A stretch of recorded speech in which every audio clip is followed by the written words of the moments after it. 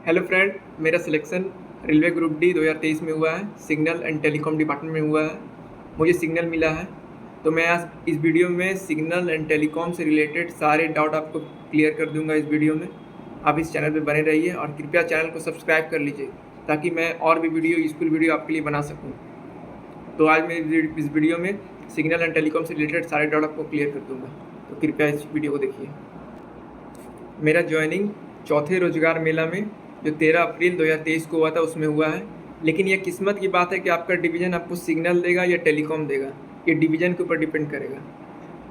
अगर मेरे हिसाब से अगर देखा जाए तो टेलीकॉम सबसे अच्छा पोस्ट है सिग्नल एंड टेलीकॉम का, क्योंकि 80% काम सिग्नल के ट्रैक पे होते हैं, लेकिन टेलीकॉम के जो 20% काम है वो ट्रैक पे नहीं होते, वो टेक्निकल काम है।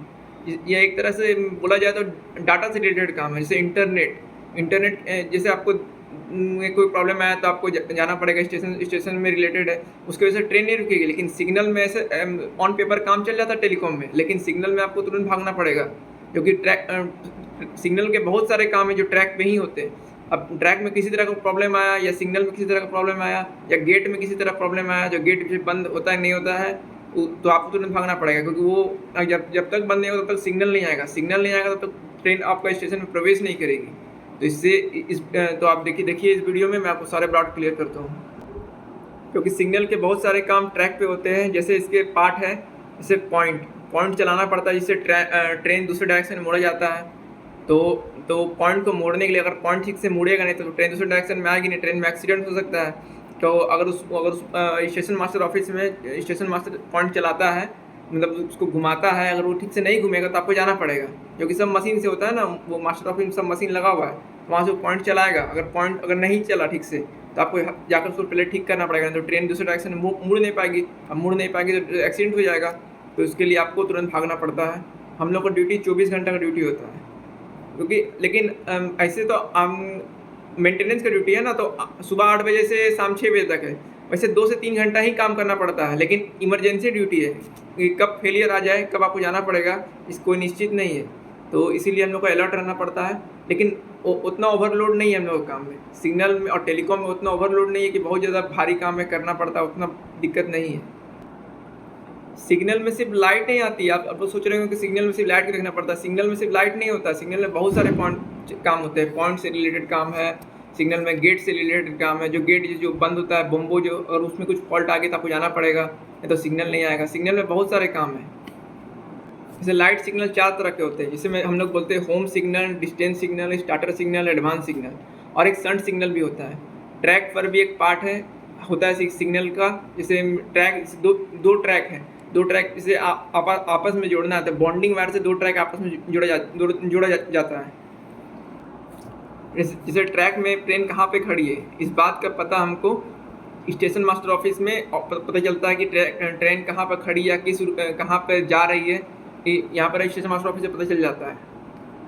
सिग्नल में लेवल क्रॉसिंग भी होता है, जिसमें मैंने आपको बताया लेवल क्रॉसिंग, जिसको हम लोग बोलते हैं गेट ठीक से बंद नहीं होगा बम्बो, तो उसको ठीक करना पड़ेगा, जाना पड़ेगा, नहीं तो फिर वो बंद नहीं होगा तो सिग्नल नहीं आएगा, तब तक ट्रेन आपके स्टेशन में प्रवेश नहीं करेगी। इसीलिए हमारा ट्रैवल अलाउंस भी अच्छा बनता है, क्योंकि हमको दूसरे स्टेशन में भी जाना पड़ता है उसको सिग्नल में कुछ फॉल्ट हुआ तो ठीक करने के लिए। क्योंकि सिग्नल और टेलीकॉम में ज़्यादा आदमी काम नहीं करते हैं ना, तो उसके लिए आपको जाना पड़ेगा दूसरे स्टेशन भी है। छोटे स्टेशन जहाँ है आपको भेजेगा, कहीं पर भी जाना पड़ सकता है।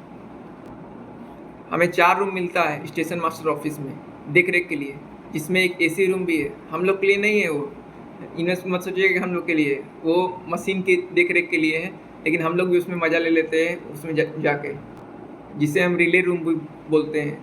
एक बैटरी रूम होता है, एक मेंटेनेंस रूम होता है, और एक ड्यूटी रूम होता है। ये 4 तरह का रूम है। और टेलीकॉम डिपार्टमेंट वाले के भी एक रूम होता है, लेकिन वो अलग होता है। ये हम सिग्नल की बारे में बात कर रहे हैं। बहुत भाइयों की क्वेरी थी कि ड्रेस के क्या क्वेरी है, तो देखिए ड्रेस के लिए आपको 5,000 रुपये मिलते हैं, हर एक साल मिलेंगे। उसके साथ आपको एक जूता मिलेगा, और एक ये भी मिलेगा, रेनकोट मिलेगा, मतलब बरसात के दिनों में काम करने के लिए, क्योंकि हम अपना ड्यूटी तो 24 घंटे का है, तो कभी भी जाना पड़ सकता है, तो उसके लिए आपको रेनकोट मिलता है। लेकिन ज़्यादा दिक्कत हम लोग को बरसात में ही होती है, क्योंकि बरसात में ही सिग्नल फेल होता है, ट्रैक फेल होता है या फिर पॉइंट फेल होता है, बहुत तरह की इंक्वायरी बरसात में ही होती है, तो वही समय थोड़ा ज़्यादा दिक्कत होता है।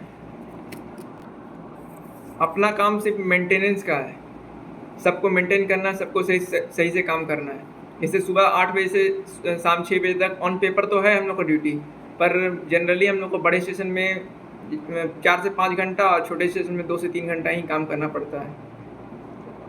हाँ, लेकिन हम लोग को 24 घंटा अलर्ट रहना पड़ता है कि कब कौन चीज़ फेलियर आए, हम लोग को तुरंत जाना पड़ेगा। उसमें आप ना नहीं बोल सकते कि हम नहीं जाएंगे, क्योंकि ट्रेन रुक जाएगी। अपना काम पॉइंट में ऑयलिंग डालना, बैटरी में पानी डालना और साफ़ सुथरा रखना सब रूम को, और मशीन अच्छा से चले इसीलिए। और सिग्नल हेल्पर का यही काम है, और ज़्यादा हार्ड काम नहीं है। और कहीं कुछ वायर ख़राब हो गया तो वायर उसको बदलना होगा, बस यही सब काम है। सिर्फ साफ़ सफाई वाला काम अपना है सिग्नल हेल्पर का।